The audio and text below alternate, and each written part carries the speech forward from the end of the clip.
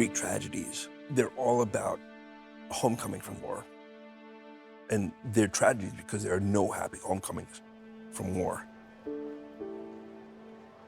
The American narrative of war is that it's a just war, it's a righteous war, and everybody goes home and lives happily ever after, and that's not the truth. The truth is something else, and something much darker, and you have to deal with that in order to get on with the rest of your life.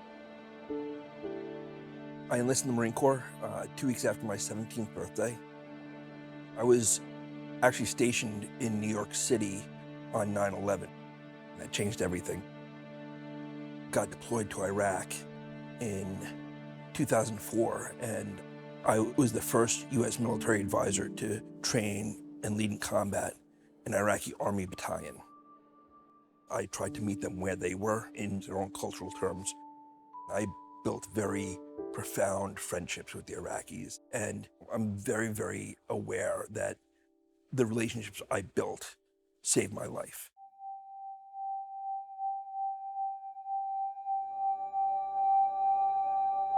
I was wounded in the Second Battle of Fallujah.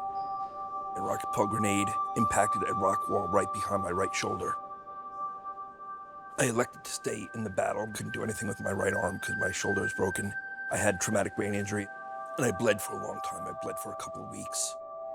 When I came back to New York City, sometimes I couldn't tell if I was in Iraq or in the United States. That's post-traumatic stress. I was really messed up. I was really lost, and I needed a lot of help. When I was in college, one of my majors was classical civilization. So I started to go back to the Greek tragedies. There's a tragedy called Ajax. Great warrior comes home and he kills 600 oxen because he thinks that they're Trojans. And when I read that, I said, oh, now this is what I'm experiencing.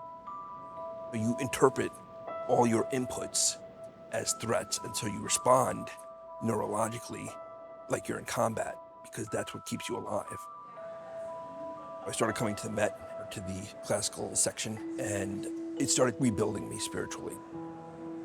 This is a truth about the human experience of war and war trauma.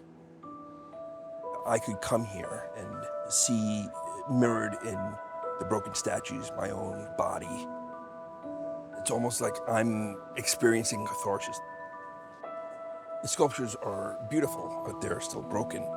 And that was a really important thing for me to come to understand, especially as it became apparent that physically I couldn't do the things that I had once done.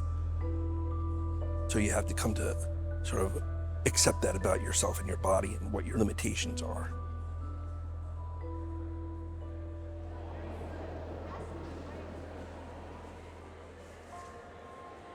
I have a young son. He is 8.